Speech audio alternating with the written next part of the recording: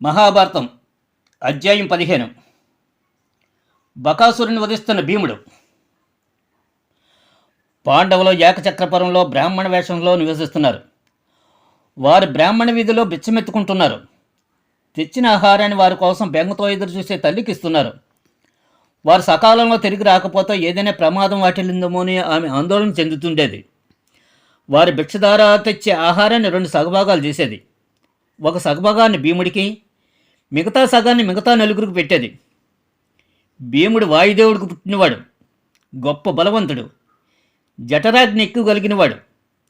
భీముడి పేరుతో రుకోదరుడు అనేవాడు ఒకడున్నాడు. రుకోదరుడు అంటే తోడేలు కడుపున పుట్టినవాడని అర్థం.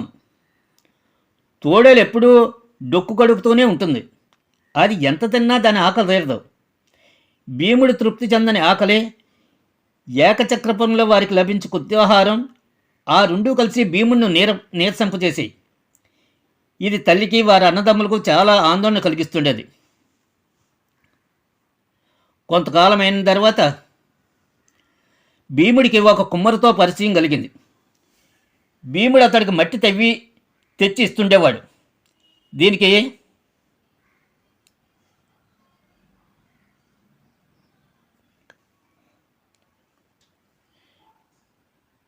దీనికి ఆ కుమ్మరి ఒక పెద్ద కొండను భీముడికి ఇచ్చాడు. ఆ కొండను చూసి వీధిలోని పిల్లలందరూ నవ్వుకునేవారు.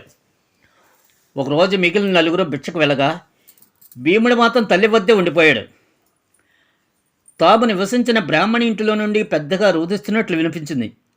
ఆ కుటుంబానికి ఏదో ఆపద సంభవించిందేమో అని ఆ విషయం తెలుసుకోవడానికి కుంతి ఆ ఇంట్లోకి వెళ్ళింది. బ్రాహ్మణుడు అతడి భార్య ఏడుస్తున్నారు, కానీ మాట్లాడడానికి శక్తి చాలలేదు. చివరికి బ్రాహ్మణుడు తన భార్యను ఉద్దేశించి, ఓసి నిర్భాగ్యులారా, తెలివి తక్కువదానా, ఈ ఊరు విడిచిపోదాం, ఎక్కడికైనా బతుకుతామని నేను ఎన్నిసార్లు కోరినా నీవు ఇష్టపడడం లేదు. నేను ఇక్కడే పుట్టి పెరిగాను, నా తల్లిదండ్రులు బంధువులు ఇక్కడే జీవించి చనిపోయారంటూ ఈ ఊరు విడిచిపోవడానికి ఇష్టపడక పట్టుదలతో ఉన్నావు. నా సర్వస్వం నీవే, పిల్లలు గన్న భార్యవు, ప్రేమ స్వరూపుడైన తల్లివి. నిన్న వివాహం ఆడిన కాలం నుంచి నాకు జీవితంలో పట్టుకొమ్మగా నిలిచావు. ఇలాంటి నిన్ను ఎట్లా పోగొట్టుకుంటాను? నేను జీవించి నిన్ను చావడానికి తోడ్పడలేను. ఈ పసిపిల్లలను పోగొట్టుకుంటాను. నేను జీవించి నిన్ను చావడానికి తోడ్పడలేను. ఈ పసిపిల్లలలో మనకి భగవంతుడిచ్చాడు. ఆయన ఈ పిల్లలను మనకు అప్పగించాడు. యుక్త కాలంలో ఎవరైనా తగిన ఎవడికి ఇచ్చేయడానికి నియమించాడు. సంతానాన్ని కలిగించే దేవదత్తను చావడానికి పంపడం అధర్మం. ఈ కుమారుని కూడా అలాగే చావడానికి పంపడం అసంభవం. ఈ జీవితంలో మనం ఎవరిపైన ఆశలు పెట్టుకున్నామో జీవితాంతాన్ని మనకు ఉత్తరగతులు ఎవరు చేయగలరో అలాంటి కుమారుడు మరణించాక మనం అలా జీవిస్తాం. వాడు చనిపోతే మనకు పూర్వీకులకు ఉత్తరక్రియలు ఎవరు చేస్తారు? అయ్యో, నా మాటలు వినవు. నీ మొండిపట్టు ఫలితమే ఇప్పటి మన ఆపద. నేను ప్రాణాలు ఇస్తే ఈ పిల్లవాడిని రక్షించేవారు లేక తప్పక చనిపోతారు. నేనేమి చేయను? మనందరం ఒకేసారి చనిపోవడమే సమంజసమని తోస్తుందంటూ ఆ బ్రాహ్మణుడు వెక్కి ఏడుస్తున్నాడు. నీకు నేను తగిన భార్యనే, ఓ కుమారునే కానీ నా బాధ్యత నిర్వర్తించాను. మీరు పిల్లలను పెంచడానికి సమర్థులు కానీ నేను కాదు. పనికిరాని పదార్థం పారవేస్తే దాన్ని ఆకలికొన్న మాంసాహార పక్షులు ఎలా తీసుకుంటాయో అలాగే ఒక బేద వితంతువు దుర్మార్గులకు మర్యాద లేని వారికి సులభంగా దిక్తుంది. నేతిలో ముంచిన ఓ గొడ్డు పీలిక కోసం కుక్కలో జగడమాడి అటు ఇటు పీకి దాన్ని చిన్న ముక్కలుగా చేస్తాయి. ఆ ప్రకారంగానే రక్షకుడు లేని స్త్రీ దుర్మార్గుల ఆట వస్తువు అవుతుంది.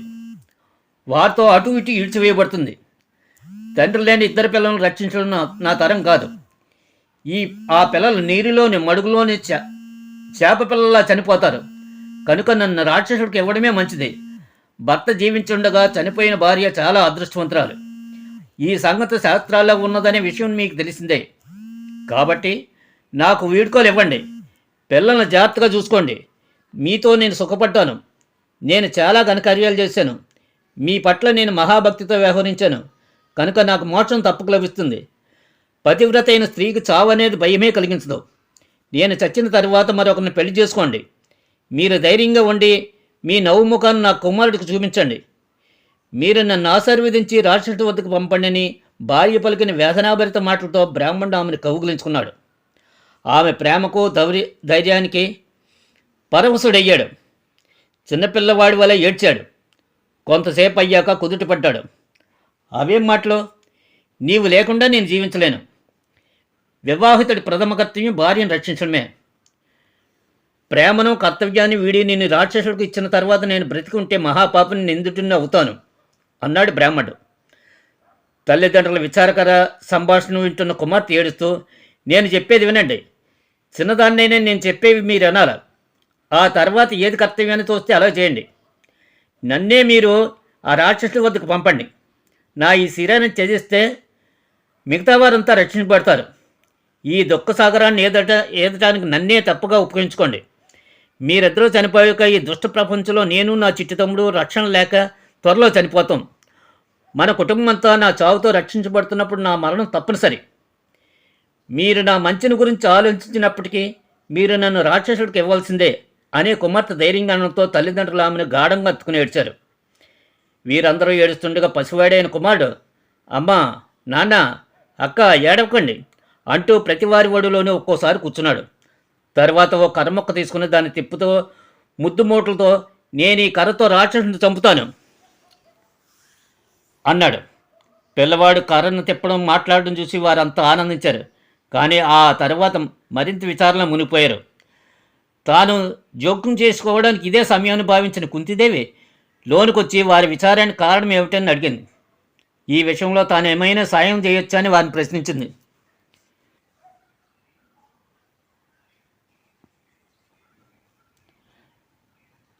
బ్రాహ్మణుడు అందుకొని, తల్లి, మా విచారం మీరు సాయం చేశాడని సైతం అతీతమైంది. ఈ పట్టణ ప్రాంతంలో కొండ గుహ ఉంది. అక్కడ మహాబలవంతుడు, క్రూరుడైన బకాసుడైన రాక్షసుడున్నాడు. 13 ఏళ్ల కిందట తన బలంతో ఈ పట్టణాన్ని వశం చేసుకున్నాడు. అప్పటి నుంచి మాలాంటి మానవులందరినీ క్రూరహింసలు పట్టిస్తున్నాడు. ఈ దేశ క్షత్రియరాజు మమ్మల్ని రక్షించలేక వేత్రకేనే పట్టడానికి పారిపోయాడు. ఇది వరకు ఈ రాక్షసుడు తన ఇష్టం వచ్చినప్పుడు అలా గుహ నుంచి బయటకు వచ్చి ఆకలితో పట్టణంపై పడి పురుషులను, స్త్రీలను, చివరికి పిల్లలను సైతం తినేస్తున్నాడు. ఈ పరిస్థితిలో విశేషం లేకుండా మానవులు చంపకుండా ఒక పద్ధతి ప్రకారంగా వారిని భుజించేలా ఒక ఒప్పందం చేస్తున్నామని పురప్రజలు రాక్షసుడికి మొరపెట్టుకున్నారు. నీ ఇష్ట ప్రకారం దుర్మార్గంగా మమ్మల్ని చంపవద్దు. వారానికి ఒకసారి నీకు సరిపోయే మాంసం, అన్నం, పెరుగు, మద్యపానీయాలు తదితర పదార్థాలను నీ వద్దకు తెచ్చి ఇవ్వగలం. 2 ఎడ్ల బండికి సరిపడా ఈ పదార్థాలను తీసుకొచ్చి నీకు అందజేస్తాం. బండి తోలేందుకు ఒక మనిషిని కూడా పంపుతాం. అన్నం పదార్థాలతో పాటు 2 ఎద్దులను తెచ్చిన ఆ మనిషిని తిని నీ ఆకలి తీర్చుకో. మమ్మల్ని విశేషం లేకుండా చంపడం మానుకో అని మొరపెట్టుకున్నారు. దీనికి బకాసురుడు అంగీకరించాడు. ఆ రోజు నుంచి ఈ రోజు వరకు ఈ రాక్షసుడు పట్టణాన్ని క్రూరమృగాలు, ఇతరుల బారి నుంచి రక్షిస్తున్నాడు. ఈ ప్రకారంగా చాలా సంవత్సరాల నుంచి జరుగుతుంది. అందువల్ల మేము ఈ బాధను తట్టుకోలేకపోతున్నాం. ఈ దేశంలో ఆ రాక్షసుల బారి నుంచి ప్రజలను రక్షించగలిగే వీరుడెవడూ కనిపించలేదు. అలా వెళ్ళిన అనేక మంది రాక్షసుడికి ఆకలికి బలయ్యారు. అది తల్లి, మా దేశపు రాజే మమ్మల్ని రక్షించలేకపోయారు. ఏ దేశపు రాజు బలహీనుడో ఆ దేశంలోని ప్రజలు వివాహం చేసుకున్న పిల్లలను కనకూడదు. తగిన గృహస్థాశ్రమం, విద్య, నాగరికత, సౌఖ్యం, సౌమ్యుడు, బలవంతుడైన రాజు పాలనలో ఉంటాయి. తగిన రాజు పాలనలో లేనప్పుడు అవి రక్షించబడవు. చాలా కాలం నుంచి ఇతరులు పడే బాధలను కళ్ళారా చూసి విచారిస్తున్న మాకు ఈరోజు రాక్షసుడికి ఆహారం పంపడానికి మా వంతు వచ్చింది. మాలో ఎవరైనా రాక్షసుడికి ఆహారం అయిపోతే మిగతా వాళ్ళని బ్రతకలేము కనుక నేను, నా కుటుంబం అంతటితో కలిసి రాక్షసుడికి వద్ద వెళ్తాం. దుర్మార్గుడైన ఆ మాంసభక్షకుడిని రాక్షసుడికి ఆహారం అయితే మిగతా వాళ్ళని బ్రతకలేము కనుక నేను, నా కుటుంబం అతడితో కలిసి రాక్షసుడికి వద్దకు వెళ్తాం. దుర్మార్గుడైన ఆ మాంసభక్షకుడికి మా అందరినీ తిని కడుపు నిండుకోనివ్వండి. ఈ బాధతో మిమ్మల్ని కష్టపెట్టాం. మీరు అడిగారు కనుక చెప్పాను. దేవుడొక్కడే మాకు సాయం చేయగలడు.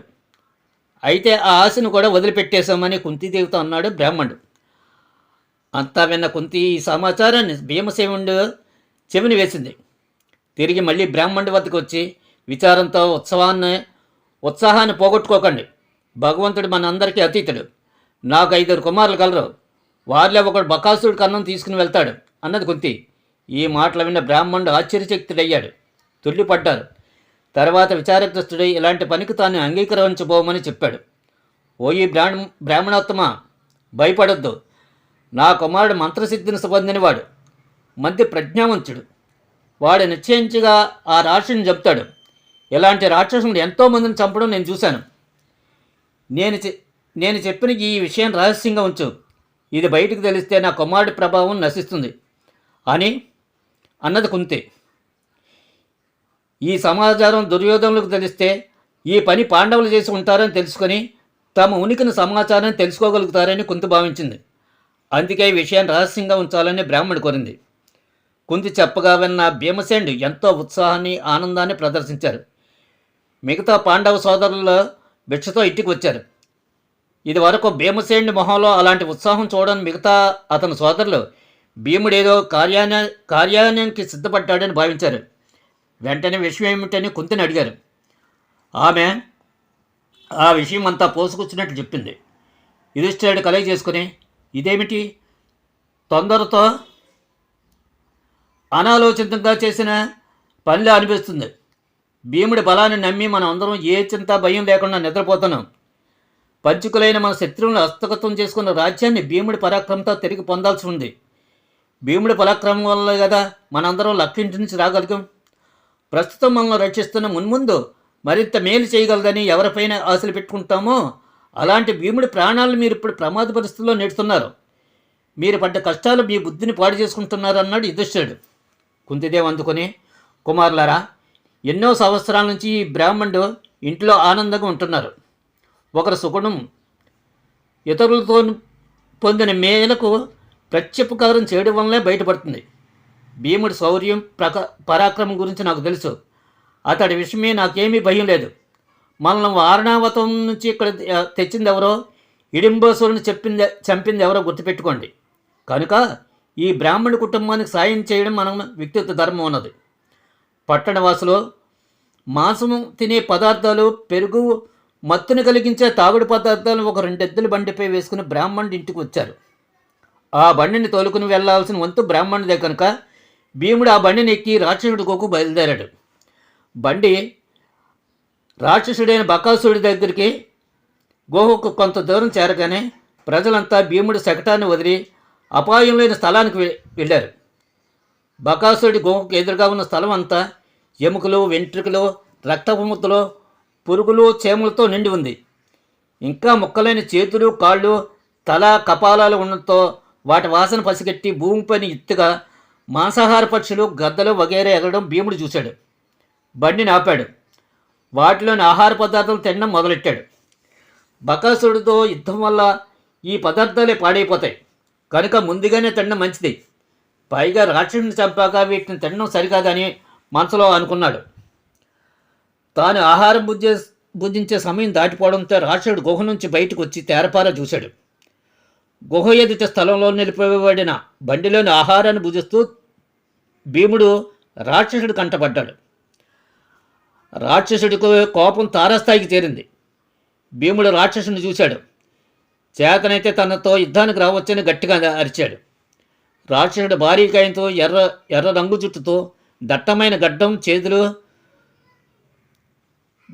గడ్డం, గుబురు మీసం, పెద్ద నోరును కలిగి ఉన్నాడు. రాక్షసుడు భీముడి వైపు పరిగెడుతూ చేతులు చాచాడు. భీముడు నిర్లక్ష్యంగా నవ్వుకుంటూ రాక్షసుడి చేతులు తప్పించుకున్నాడు. రాక్షసుడి వైపు తన వీపు చూపుతూ నెమ్మదిగా ఆహారం ఆరగిస్తున్నాడు. తన వైపు ఉన్న భీముడి వీపుపై రాక్షసుడి పిడిగుడితో గుద్దుల వర్షం కురిపిస్తున్నాడు. కానీ భీముడు రాక్షసుడి వైపు చూడటం లేదు. ఆహారము తినడం మానలేదు. రాక్షసుడు ఓ చెట్టుని పెరికి భీముడిపై వేసినప్పటికీ అది అతడి వంక చూడలేదు. తన ఎడమ చేతిలో చెట్టును వెనక్కి నెట్టాడు. అన్ని పాత్రలోని ఆహార పదార్థాలను ఖాళీ చేశాడు. ఇక రాక్షసుడికి